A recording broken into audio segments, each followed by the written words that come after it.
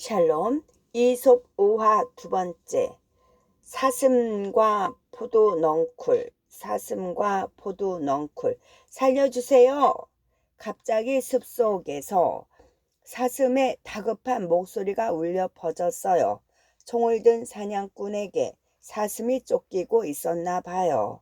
사슴 살려주세요. 사슴은 있는 힘을 다해 도망쳤으나 시간이 갈수록 점점 지쳐만 갔어요. 포도 넝쿨이 우거진 곳에 다다르자 사슴은 더 달아날 힘이 없었어요. 사슴은 잔뜩 겁을 먹은 표정으로 그 주변에 있는 포도 넝쿨에게 부탁했어요. 나 좀 숨겨줘. 더는 못 도망치겠어. 포도 넝쿨은 멀리서 뒤쫓아오는 사냥꾼을 보며 모든 상황을 알아차렸어요. 어서 이리로 숨어. 내가 숨겨줄게. 포도 넝쿨은 무성한 입을 뻗어 얼른 사슴을 가려주었어요. 잠시 뒤 사냥꾼이 숨을 헐떡이며 그곳에 나타났어요. 이거 참 희한한 일이다. 분명 여기에 있었는데. 주변을 샅샅이 둘러보았지만 사냥꾼은 포도 넝쿨 속에 숨은 사슴을 발견할 수가 없었죠. 어디로 숨었을까? 사슴은 포도나무 잎에 몸을 숨을 죽이고 있었어요. 그곳에서 사슴을 발견하지 못한 사냥꾼은 고개를 갸웃거리며 다른 쪽을 향해 달려갔어요. 사냥꾼이 저만치 사라지자 포도 넝쿨이 사슴에게 살며시 말했어요. 이젠 안심해도 돼. 정말? 그렇다니까. 이제 나와도 괜찮아. 숨을 죽이고 있던 사슴은 그때야 마음 놓고 큰 숨을 몰아쉴 수 있었어요. 휴, 살았구나. 도망치느라 한참을 뛰었던 사슴은 배가 고팠어요. 그래서 자기를 숨겨주었던 포도 넝쿨의 잎사귀를 마구 따먹기 시작했어요. 포도 넝쿨이 놀라며 사슴에게 따졌어요. 왜 이러니? 뭐가? 기껏 숨겨주었더니 왜 나를 먹어? 배가 고픈 걸 어떻게? 조금만 참아. 아프단 말이야. 포도 넝쿨이 아프다고 소리쳤지만 사슴은 아랑곳하지 않고 계속 잎사귀를 따먹었어요. 그러자 포도 넝쿨이 눈물을 뚝뚝 흘리며 사슴에게 애원했어요. 이러지 마. 난 널 구해줬잖아. 포도 넝쿨이 눈물을 뚝뚝 흘리며 비명을 질렀지만 아랑곳하지 않고 사슴은 계속 포도 잎을 먹었어요. 시간이 지나면 새 입이 돋을 텐데 너야말로 왜 이래? 난 배가 고파 죽을 지경이란 말이야. 사슴은 뻔뻔하기 짝이 없게도 그렇게 말하며 포도 넝쿨의 입을 모조리 갉아먹고 있었어요. 너는 은혜를 원수로 갚는구나. 포도 넝쿨은 더 말해봐야 소용없다는 걸 알고는 절망하며 고개를 떨어뜨렸어요. 그런데 가버린 줄만 알았던 사냥꾼이 다시 이쪽으로 되돌아오고 있었어요. 한참을 가도 사슴의 발자국을 볼 수 없었기 때문이지요. 이상하다. 분명 이쯤에서 사슴의 발자국이 끊겼는데 사슴의 발자국을 찾던 사냥꾼은 다시 그 주변을 둘러보기 시작했어요. 이번에는 좀 더 샅샅이 뒤지다 보니 저쪽에서 사슴이 보이지 뭐예요. 아까는 포도 넝쿨의 무성한 입속에 가려 보이지 않았지만 입이 다 사라진 지금은 훤히 다 보이는 거예요. 저 속에 숨어 있었구나. 사냥꾼이 총을 겨누는 순간에도 사슴은 잎사귀를 먹는데 정신이 팔려 있었어요. 옳지, 이때다. 탕! 숲속에 한 발의 총소리가 울려 퍼졌어요. 총알은 정확하게 사슴의 심장에 박혔어요. 내가 벌을 받는구나. 피를 흘리며 쓰러지던 사슴이 뒤늦게 후회해 봤지만 그때는 아무 소용이 없었지요. 서로 돕고 또 어울려 살아야 합니다. 서로 돕고 또 어울려 살아야 합니다. 나 혼자 무인도에 살고 있다고 생각해 보세요. 얼마나 외롭고 힘들까요? 무섭고 괴롭기까지 할 겁니다. 그런데 세상을 마치 자기 혼자 사는 것처럼 사는 사람들이 있죠. 자기만 알고 자기의 이득만 생각하고 남을 위할 줄 모르는 사람, 그런 사람을 우리는 이기적인 사람이라고 부릅니다. 자신의 목숨을 구해준 포도 넝쿨의 잎사귀를 마구 뜯어먹은 사슴은 자신의 이기적인 행동 때문에 결국 사냥꾼에게 발각되고 말았지요.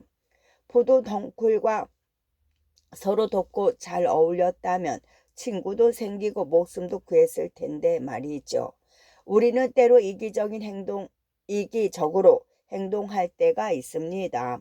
맛있는 간식도 혼자 먹으려 하고 멋진 장난감도 혼자 가지고 놀려고 고집을 부릴 때가 있지요.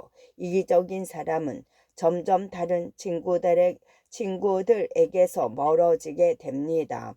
그러다 결국 마치 무인도에 떨어진 것처럼 외롭고 힘들어진답니다. 물론 다른 친구들에게 가까이 다가가 서로 돕고 어울린다면 그런 일은 없겠죠. 개미와 배짱이.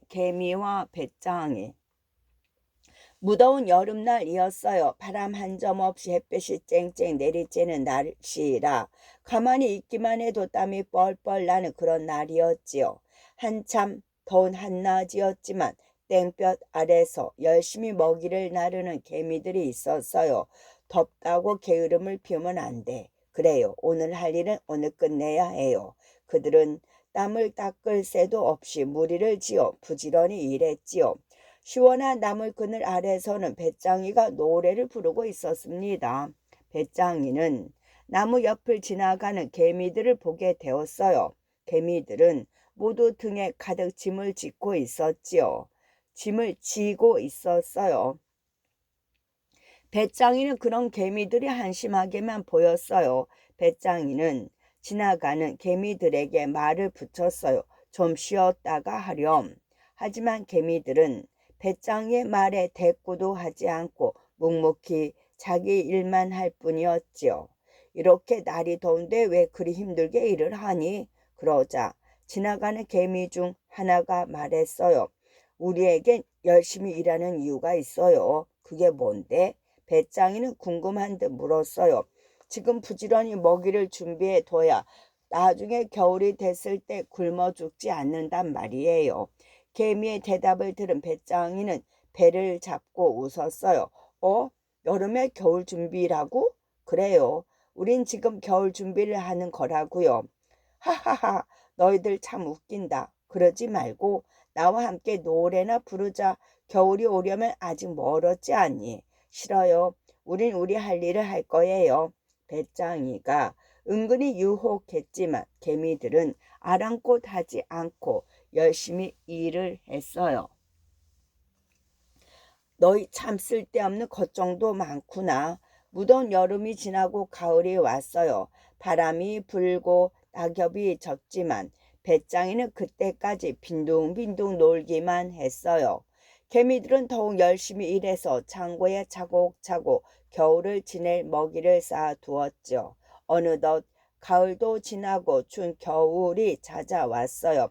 찬바람이 쌩쌩 불고 눈이 펄펄 내렸지요. 그때까지 빈둥빈둥 놀기만 했던 배짱이는 정신이 뻗뜩 들었어요. 겨울이 왜 이렇게 빨리 왔지? 배고파. 춥기는 또 왜 이렇게 추울까? 배짱이는 오돌오돌 떨며 먹이를 구하러 돌아다녀 봤지만 세상이 온통 흰 눈으로 덮여 있어 쉽지가 않았어요. 어쩌면 좋아? 배도 고프고 추운 탓에 배짱이는 눈물이 찔끔 났어요. 이러다가 굶어 죽거나 얼어 죽을 것만 같은 생각이 들었죠. 여름날 자기가 노래를 부르고 있던 나무 아래에서 낡은 외투에 몸을 감싼 채 배고픔을 참고 있는 배짱이에게 저 멀리 따스한 불빛이 보였어요. 개미들의 집이었지요. 배짱이의 발걸음은 거기로 향했어요. 부끄러운 일이었지만 개미들에게 도움을 부탁하기로 한 것이지요. 배짱이는 망설이다가 결국 한 개미의 집 문을 두드렸어요. 누구세요? 주인 개미가 문을 열고 나왔어요. 하지만 배짱이를 보자 곧 문을 닫아 버렸어요. 여태껏 놀기만 하더니 꼴 좋구나. 배짱이는 창피했어요. 하지만 너무나 배가 고파서 부끄러움을 무릅쓰고라도 다른 개미집 문을 두드리지 않을 수 없었어요. 똑똑 문이 열리자 배짱이가 애원했어요. 개미야, 축구 배가 고파서 찾아왔단다. 제발 나를 좀 도와주면 안 되겠니? 다행히도 그 개미는 배짱이를 내쫓지 않았어요. 어서 들어와요. 온몸이 꽁꽁 얼었네요. 그 개미는 착한 마음을 베풀어 배짱이에게 음식을 나눠 주었어요. 따뜻한 집에서 잘 차려진 음식을 보자 배짱이의 눈에는 저절로 눈물이 흘러나왔어요. 아, 내가 어리석었어. 배짱이는 지난날 놀기만 했던 자신을 크게 후회했어요. 나중을 위해 지금부터 준비해야 합니다. 나중을 위해 지금부터 준비해야 합니다. 놀기만 했던 배짱이와 더운 여름에도 열심히 일했던 개미들, 우리는 이야기를 무엇을 느끼나요? 노는 것은 재미있고 힘도 들지 않습니다. 그래서 다들 놀기만 하려고 합니다. 부모님이 시키는 작은 심부름도 귀찮다고 꽁무니를 빼기 일쑤입니다. 하지만 놀기만 해서는 아무 꼴이 되지 않습니다. 다른 친구들은 열심히 공부를 하는데 나만 놀고 있다면 친구들은 저만치 걸어가는데 자기만 여기에 서 있는 것과 같습니다. 나중에 훌륭한 어른이 되고 싶다면 지금부터 부지런히 준비해야 해요. 추운 겨울을 나기 위해 개미들이 부지런히 일을 했던 것처럼 말이죠.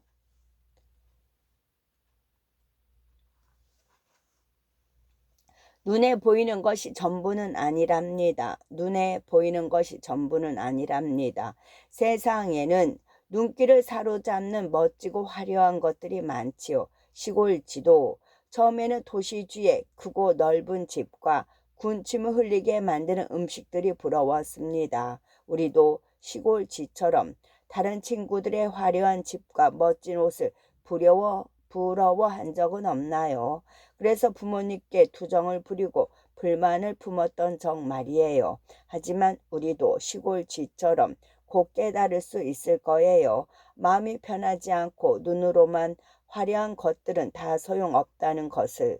우리를 진심으로 사랑해 주시고 아껴 주시는 부모님의 마음이 화려한 집과 멋진 옷보다 훨씬 더 소중하다는 것을.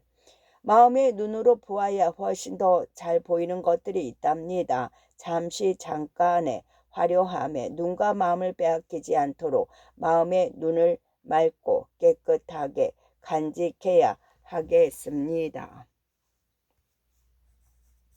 쥐 아가씨의 신랑감은 드넓은 풀밭이 펼쳐져 있는 들판, 그 들판 가장자리에 아름드리 큰 나무가 있었고 그 나무 밑 구명 속에 단란한 쥐 가족이 살고 있었어요. 아빠지, 엄마지, 그리고 딸이 하나 있었는데 그 아가씨 쥐는 너무너무 예뻤어요. 그 아가씨 쥐가 얼마나 예쁜지 동네의 총각 쥐들은 모두 그 아가씨 쥐에게 장가를 가고 싶어 했지요.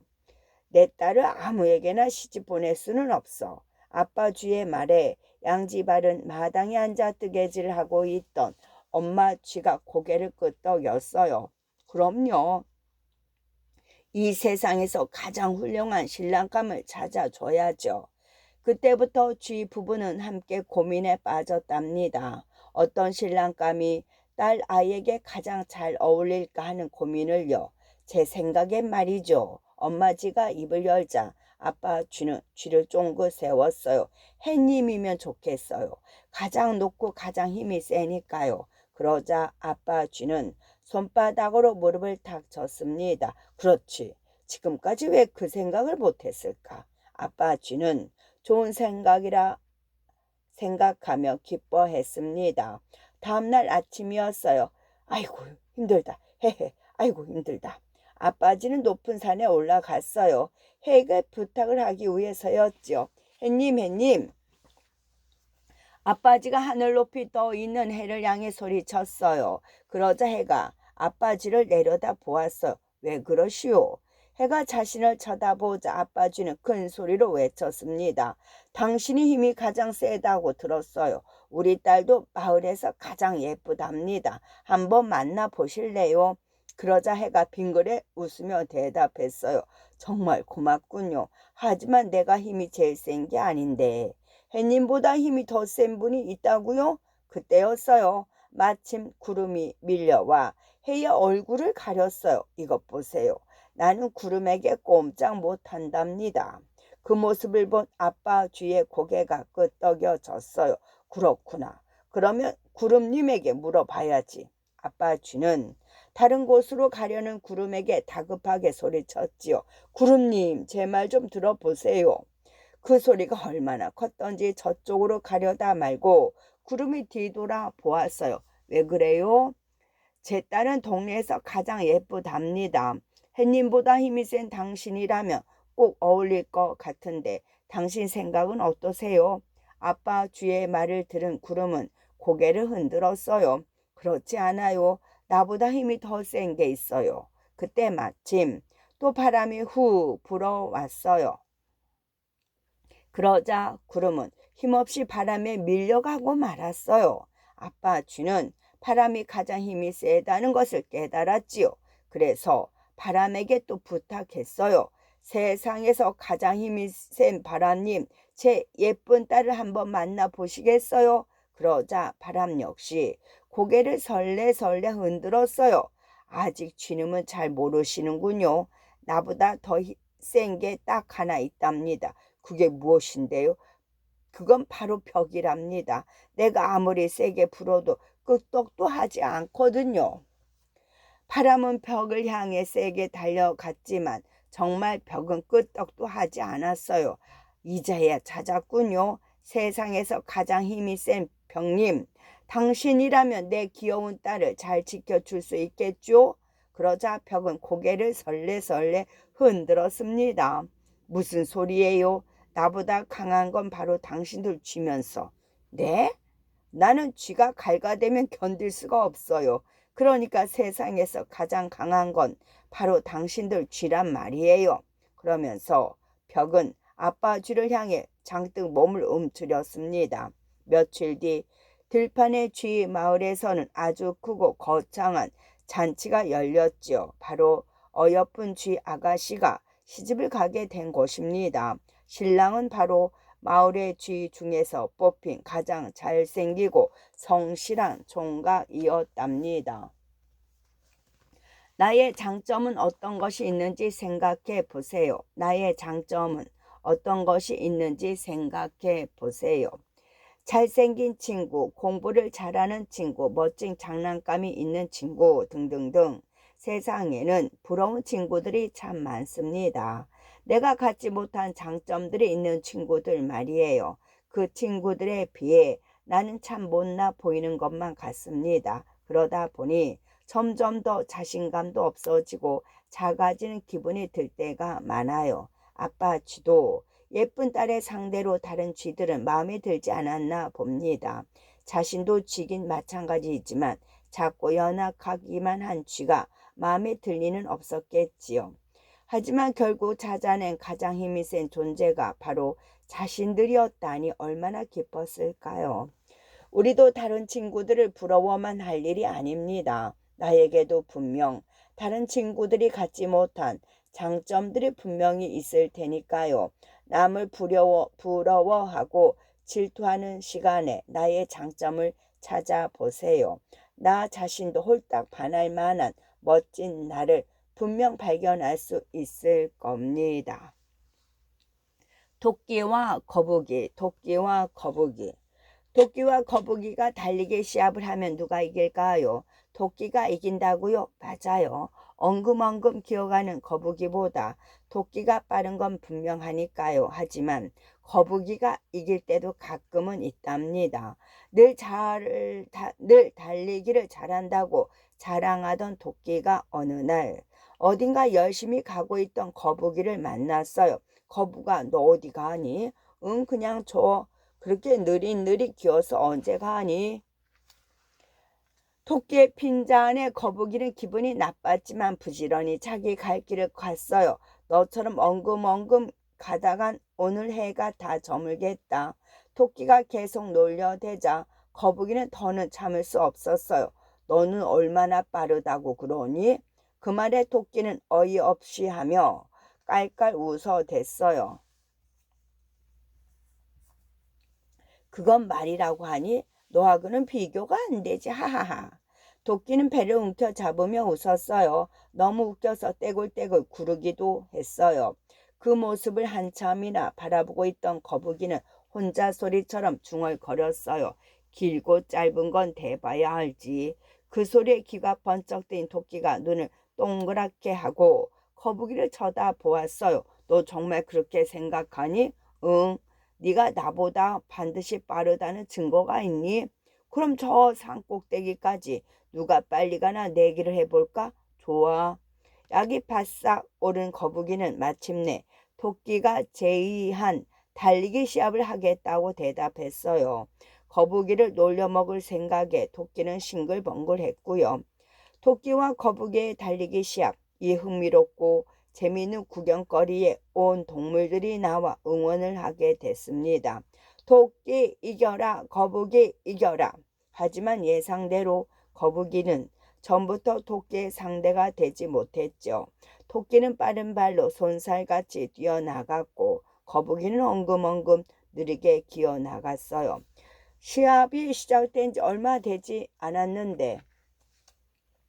않았는데도 토끼와 거북이 사이의 거리는 심하게 차이가 났지요. 토끼는 이제 거북이의 눈에 보이질 않았어요. 그래도 거북이는 묵묵하게 앞을 향해 기었어요. 어디 보자. 이제 거의 다 왔네. 산꼭대기가 보이는 중턱에서 토끼는 잠시 쉬어 가기로 했어요. 한참을 쉬어 간데도 거북이가 자기를 따라 잡을 수는 없을 것 같았죠. 토끼는 나무 그늘에 벌렁 누웠어요. 거북이도 참 바보야. 시합할 게 따로 있지. 괜한 고생을 사서 하는군. 그런 생각을 하다 그만 토끼는 자기도 모르게 굴굴 잠이 들고 말았지요. 그 순간에도 거북이는 뻘뻘 땀을 흘리며 열심히 기어갔어요. 엉금엉금 느린 걸음이었지만 거북이는 누구보다도 부지런하게 기어갔어요. 잠시도 쉬지 않고 기어가자 마침내 저 앞에 산꼭대기가 보이기 시작했어요. 조금만 더 가면 돼. 어서 힘을 내자. 그렇게 마음을 먹으며 거북이는 산꼭대기를 향해 기어가고 또 기어갔어요. 토끼는 말입니다. 거북이가 산꼭대기에 가고 있는 줄도 모르고 잠에서 깨어나지 않았어요. 여전히 달콤한 꿈나라에 빠져 있었지요. 마침내 거북이가 산꼭대기에 다다랐어요. 만세, 내가 이겼다. 거북이의 외침에 토끼는 잠이 번쩍 깼어요. 이게 무슨 소리야? 그때야 토끼는 허둥지둥 달리기 시작했어요. 하지만 이미 산꼭대기에 이른 거북이를 앞설 수 없었지요. 토끼는 만세를 부르는 거북이를 보고 울상을 지었어요. 부지런한 거북이가 마침내 토끼를 이긴 것이지요. 빠른 것보다 묵묵한 노력이 결국엔 이깁니다. 빠른 것보다 묵묵한 노력이 결국엔 이깁니다. 우리 주변에 빠른 것이 참으로 많습니다. 자동차도 빨라지고 컴퓨터도 빨라져 뭐든지 빨라야만 인정받는 세상처럼 느껴지지요. 그래서일까요? 우리의 성격도 점점 급해지는 것만 같습니다. 뭐든지 빨리 해결되지 않으면 금세 실증을 내거나 화를 내지요. 무슨 일을 할 때도 조금 해보다 안 되면 포기해버리기 십상입니다. 그래서인지 빠르기라면 지지 않는 토끼와 달리기 시합을 한 거북이가 무모하지만 대단하게 느껴집니다. 게다가 끈기와 노력으로 토끼를 이기다니 정말 박수를 보내고 싶습니다. 꾸준한 노력과 끈기만 있으면 이루지 못할 일이 없다는 것을 느림보 거북이에게 배울 수 있습니다. 어떤 일이라도 거북이처럼 꾸준히 노력한다면 이루지 못할 일은 없다는 것을 항상 기억해야 되겠죠. 은혜를 갚는 이야기, 은혜를 갚는 이야기. 사자와 생쥐, 사자와 생쥐. 봄날 오후 모처럼 먹이를 실컷 먹은 사자는 따스한 햇볕 아래서 쿨쿨 낮잠을 자기 시작했어요. 이때 어디선가 조그만 생쥐 한 마리가 나타나 사자의 배 위로 쪼르르 올라가는 게 아니겠어요. 너무 폭신하고 따뜻한 걸 생쥐는 팔딱팔딱 뛰며 좋아했어요. 신이 난 생쥐는 사자의 꼬리를 타고 미끄럼틀을 타기도 했어요. 그러니 사자가 그만 잠에서 깨고 말았죠. 이놈이 겁도 없구나. 감히 나를 깨우다니. 한참 달게 잔 잠을 깨웠기 때문에 사자는 화가 머리끝까지 치밀었지요. 사자는 금방이라도 생쥐를 물어죽일 기세였어요. 사자의 크고 날카로운 이빨 앞에서 생쥐는 꼼짝도 하지 못하고 오들오들 떨기만 했지요. 사자님, 제가 실수를 했어요. 한 번만 용서해 주세요. 생쥐는 두 손을 내밀며 싹싹 빌었어요. 이런 맹랑한 놈, 그렇게 왜 까불어?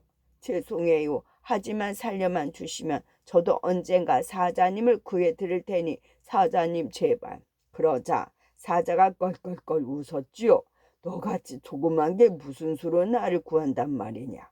정말이에요. 정말 구해드릴 수 있어요. 말도 안 되는 소리지만 목숨은 살려주겠다. 그러니 귀찮게 하지 말고 썩 물러가거라. 고맙습니다, 사자님. 이 은혜는 잊지 않을게요. 인사를 한 후 생쥐는 뒤도 돌아보지 않고 달아났어요. 며칠 후 사자는 먹이를 찾아 돌아다니다 그만 사냥꾼이 쳐놓은 그물에 걸리고 말았어요. 빠져나오려고 버둥거릴수록 그물은 점점 엉켜버려 사자는 포기하고 잡혀갈 때만 기다리고 있었어요. 그때 사자의 눈에 띈 것은 그 생쥐였습니다. 생쥐가 날카로운 이빨로 그물을 갉고 있었던 것이었지요. 아니 넌 사자님 조금만 참으세요. 곧 나올 수 있을 거예요. 생쥐는 자신의 이빨로 열심히 그물을 갉아 마침내 사자가 나올 수 있는 커다란 구멍을 뚫었습니다. 정말 네가 나를 구해 주었구나. 고맙다 생쥐야. 사자의 감격스러워하는 말에 생쥐는 그저 머리를 긁적거리며 이렇게 말했어요. 헤헤, 저는 사자님께 한 약속을 지켰을 뿐이에요. 개미와 까치, 개미와 까치. 더운 여름날이었습니다. 햇볕이 쨍쨍 내리쬐는 한낮에 일을 하다 보니 개미는 목이 말랐지요. 목을 죽이기 위해 개울가를 찾은 개미는 그만 발을 헛디뎌 물에 빠지고 말았어요. 살려주세요. 누가 저 좀 도와주세요. 그때 마침 근처를 날고 있던 까치가 얼른 나뭇잎 하나를 입에 물어 개미가 떠내려가고 있는 개울물에 던졌습니다. 그 나뭇잎을 타고 개미가 무사히 개울물을 빠져나올 수 있었던 것은 물론입니다. 까치님 정말 고마워요. 날아가는 까치를 향해 개미는 손을 흔들었어요. 며칠이 지났습니다. 개미가 먹이를 찾아 숲속을 돌아다닐 때였어요. 저건. 개미는 깜짝 놀라지 않을 수가 없었습니다. 한 사냥꾼이 나뭇가지 위에 앉아있는 까치를 총으로 겨누고 있었던 것입니다.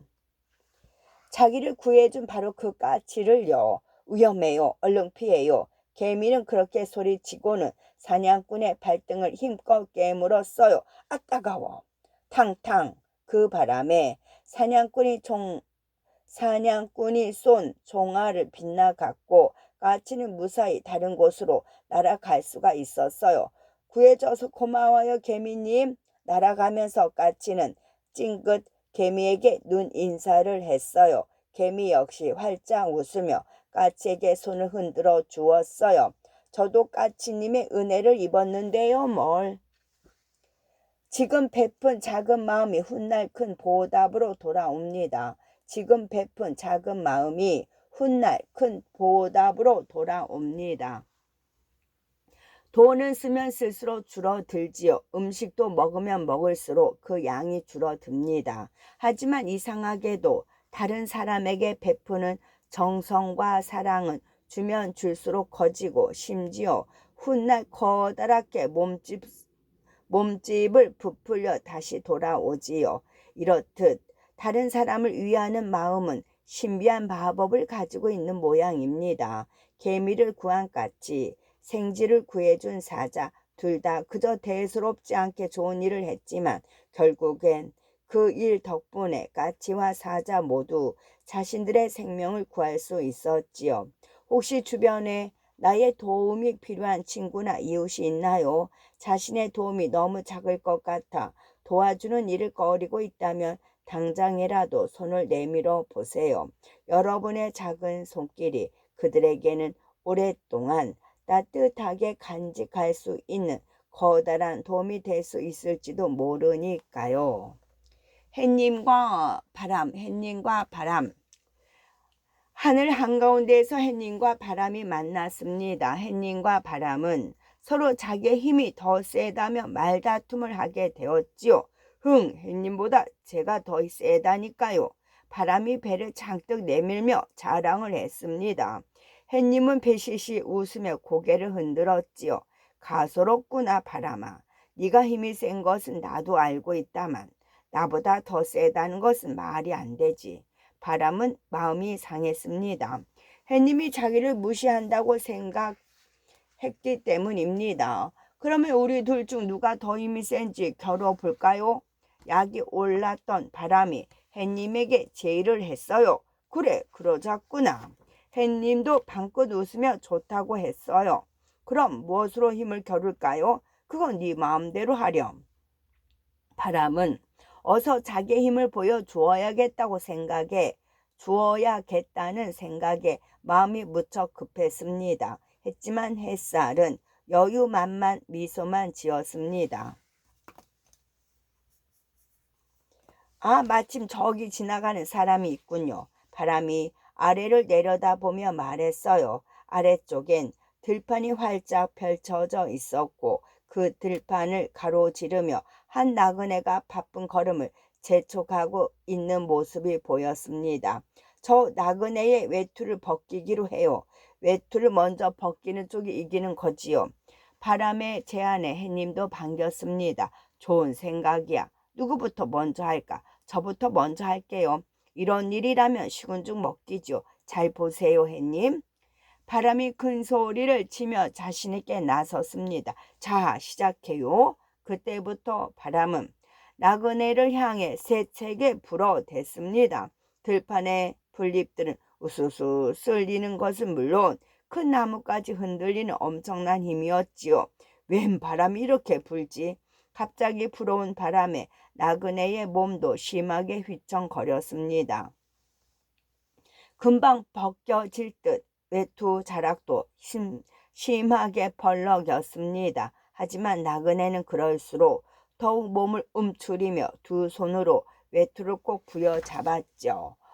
이게 아닌데? 당황한 바람은 다시 한번 나그네를 향해 강하게 불었습니다.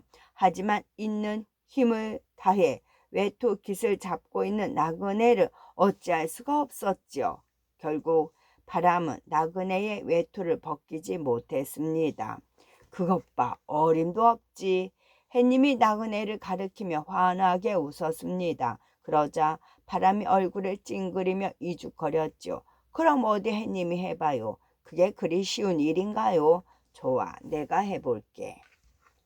이번에는 햇님이 나섰습니다. 햇님은 나그네를 향해 뜨거운 햇볕을 내려보내기 시작하였지요. 그러자 나그네는 걸어가면서 중얼거렸습니다. 이상한 일이네. 아깐 거센 바람이 불어오더니 이번에 이렇게 햇볕이 쨍쨍 내리쬐다니. 나그네는 변덕스러운 하늘을 올려다보며 고개를 깨우거렸습니다. 햇님은 점점 더 뜨거운 열기를 내려보냈지요. 조금 지나자 나그네의 온몸이 후끈 달아올랐습니다. 이놈의 날씨가 도대체 왜 이래? 나그네는 이마에 흐르는 땀을 닦으며 마침내 외투를 벗어 손에 들었습니다. 더워서 도저히 견딜 수가 없네. 이 모습을 본 햇님이 미소를 지었지요. 햇님이 바람을 돌아보며 물었습니다. 어때? 잘 보았겠지? 바람이 얼굴을 붉히며 말했습니다. 제가 졌어요. 저보단 햇님이 세요. 강하고 센 것이 항상 좋은 것은 아니랍니다. 강하고 센 것이 항상 좋은 것은 아니랍니다. 햇님과 바람의 힘 겨루기, 나그네의 외투 벗기기 내기에서 멋지게 승리를 거둔 것은 바로 햇님이었군요. 힘도 없이 따사롭기만 한 햇님이 거칠고 드센 힘을 가진 바람을 이기다니 정말 뜻밖의 일이라고 생각하지 않으셨나요? 우리는 흔히 강한 힘이 연약한 부드러움을 이긴다고만 생각하고 있어요. 하지만 그것은 우리의 착각이랍니다. 훌륭한 칼이 쇠를 자를 수는 있지만 부드러운 물을 끓일 수 없는 것처럼 주변의 친구들을 한번 살펴보세요. 힘이 세고 거친 아이보다는 부드럽고 친절한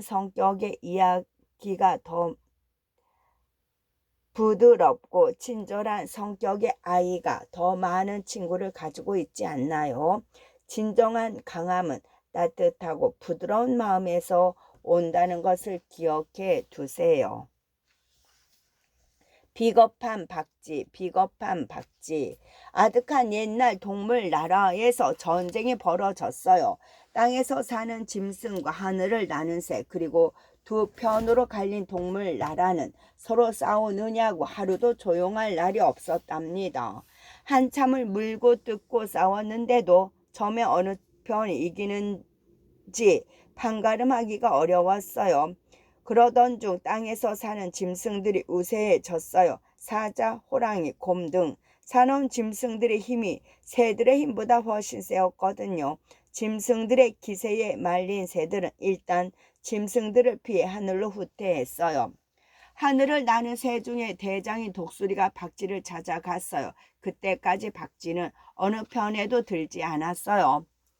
가만히 있지만 말고 좀 도와줘. 너도 새잖니. 무슨 소리예요? 나를 잘 봐요. 쥐와 똑같이 생겼잖아요. 박쥐는 그렇게 말하곤 훌쩍 짐승들에게 가버렸어요.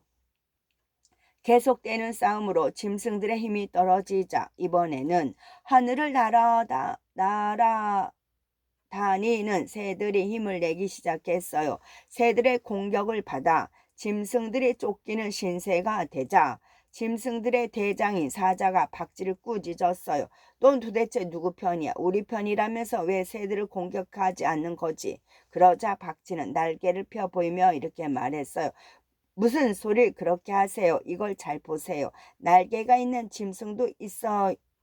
나는 당신들 편이 아니라 새들 편이라고요?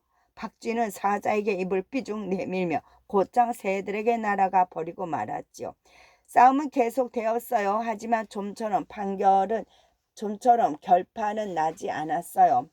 전쟁이 계속될수록 짐승들이나 새들에게 피해만 커질 뿐 아무런 이득도 생기지 않았어요.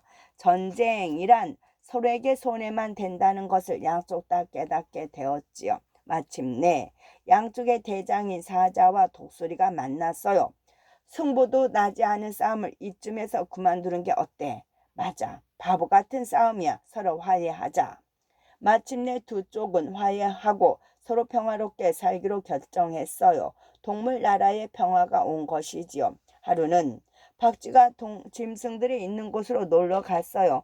짐승들이 박쥐를 이상하게 쳐다봤어요. 너는 여기 왜 왔니? 왜 오다니? 난 쥐야. 그러나 아무도 박쥐의 말을 믿지 않았어요. 웃기지 마. 그때 넌 새라고 하지 않았니? 결국 박쥐는 짐승들에게 쫓겨났어요. 다음 날엔 박쥐가 새들에게 놀러 갔어요. 새들 입을 삐죽거렸지요. 네가 여기 웬일이야? 왜 오다니? 난 새잖아. 여기 날개를 봐. 그러나 새들도 박쥐의 말을 믿지 않았어요. 쥐라고 할 때는 언제고? 어서 빨리 짐승에게로 나가. 박쥐는 새들에게도 쫓겨났어요. 박쥐는 얼굴이 홍당무처럼 빨개졌어요. 자기가 그동안 한 짓이 너무나 부끄러웠거든요. 그때부터 박쥐는 갈 데가 없었어요. 짐승들에게도 새들에게도 따돌림을 받아 아무 쪽에도 갈 수가 없었거든요. 그래서 박쥐가 어떻게 된 줄 아세요? 낮에는 돌아다닐 수가 없어 밤에만 몰래 다녀요. 그리고 어두컴컴한 동굴에서 자기네들끼리만 모여 살게 되었답니다. 기쁠 때나 슬플 때나 함께하는 것이 친구랍니다. 기쁠 때나 슬플 때나 함께하는 것이 친구랍니다. 이 이야기에는 박쥐는 결국 새들에게도 짐승들에게도 버림을 받습니다. 그건 단순히 박쥐가 여기에선 이 말, 저기에선 저 말을 했기 때문만은 아니에요. 어려울 때 함께 해주지 않았기 때문에 새들도 짐승들도 외면했던 것이지요. 비겁하다는 것은 어려운 일을 교묘히 피하고 좋은 일에만 득을 보려고 한다는 말이에요. 새들과 짐승들이 전쟁을 힘들었을 때에는 힘을 보태지 않고 전쟁이 끝난 후 평화만 나누려고 한 박쥐는 분명 비겁한 존재입니다. 친구가 어렵고 힘이 들 때 힘이 되어주지는 않으면서 기쁜 일이 있고 행복할 때만 함께 하려고 한다면 그건 비겁한 일입니다. 마음을 열고 다른 친구들의 아픔과 어려움을 함께 할 수 있어야 하죠. 당나귀와 짐. 햇빛이 쨍쨍 쬐는 더운 여름날이었어요. 얼마나 더웠는지 바람조차 뜨거웠어요. 그렇게 더운 날 길을 가는 한 상인이 있었어요. 상인은 당나귀 한 마리를 끌고 시장을 가는 길이었는데 당나귀의 등에는 소금이 잔뜩 실려 있었습니다. 어휴 힘들어. 짐이 왜 이렇게 무거워. 무거운 짐 때문에 당나귀는 땀을 뻘뻘 흘리며 허헉거리며 길을 가고 있었어요. 점점 더 햇볕이 뜨거워 왔습니다.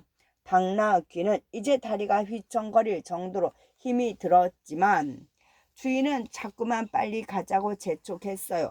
너무 더워서 그러니 조금만 쉬었다 가요.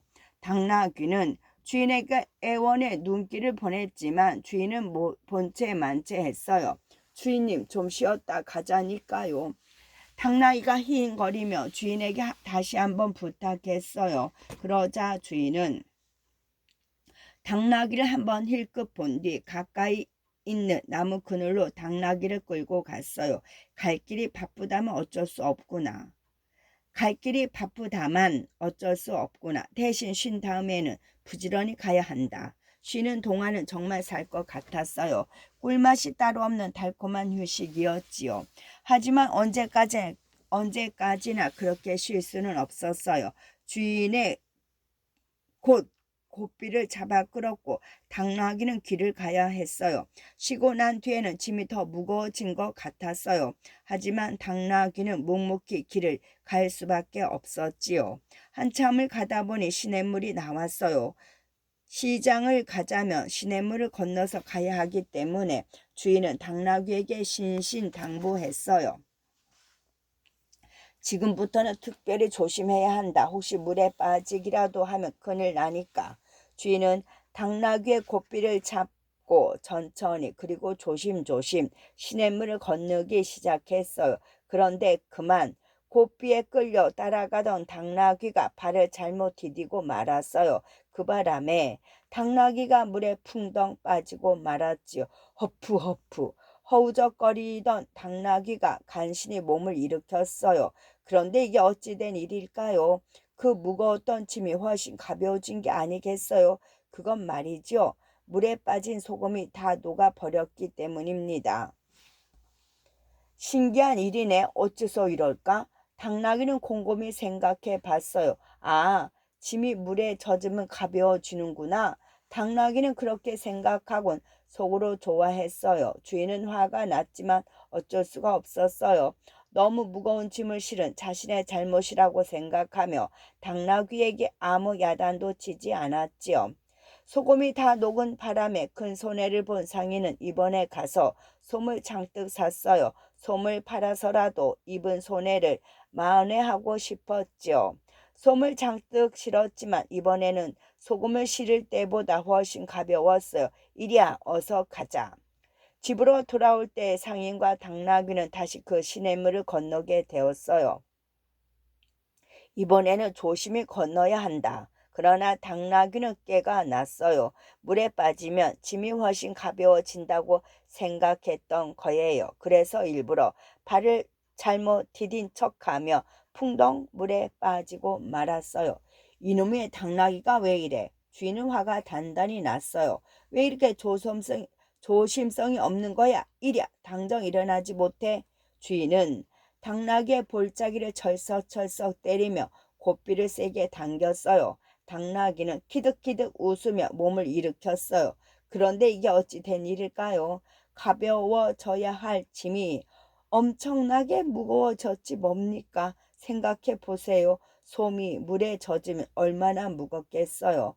솜에 물기가 스며들면 몇 배나 더 무거워진다는 걸 당나귀는 까맣게 몰랐지요.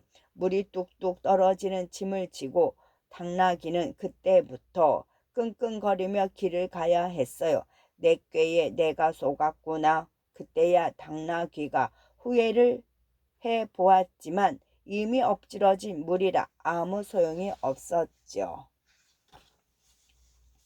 지나친 잠깨는 오히려 화를 부릅니다. 지나친 잠깨는 오히려 화를 부릅니다. 잠깨를 부리다 오히려 큰 고생을 하게 되는 당나귀의 이야기에서 여러분은 어떤 생각이 들었나요? 어려운 일을 쉽게 해결해 보려고 하는 것은 나쁘지 않습니다. 하지만 지혜와 잔꾀는 분명 다릅니다. 누구도 손해보지 않고 쉽게 일을 풀어나가는 것은 지혜이지만 누군가가 손해를 보게 되는 일을 자기만 편하자고 요령을 부리는 것은 잔꾀입니다. 지혜를 쓰면 쓸수록 좋은 일이 생기지만 잔꾀를 쓰면 쓸수록 자신에게 해가 되지요. 자신의 능력보다 더 어려운 일이 주어졌을 때는 잔꾀를 부려 위기를 모면하지 말고 자신에게 벅찬 일이라 솔직히 말하고 다른 사람들과 함께 해결책을 찾아 나가야 해요. 그것이 진정 지혜로운 행동이랍니다. 끝.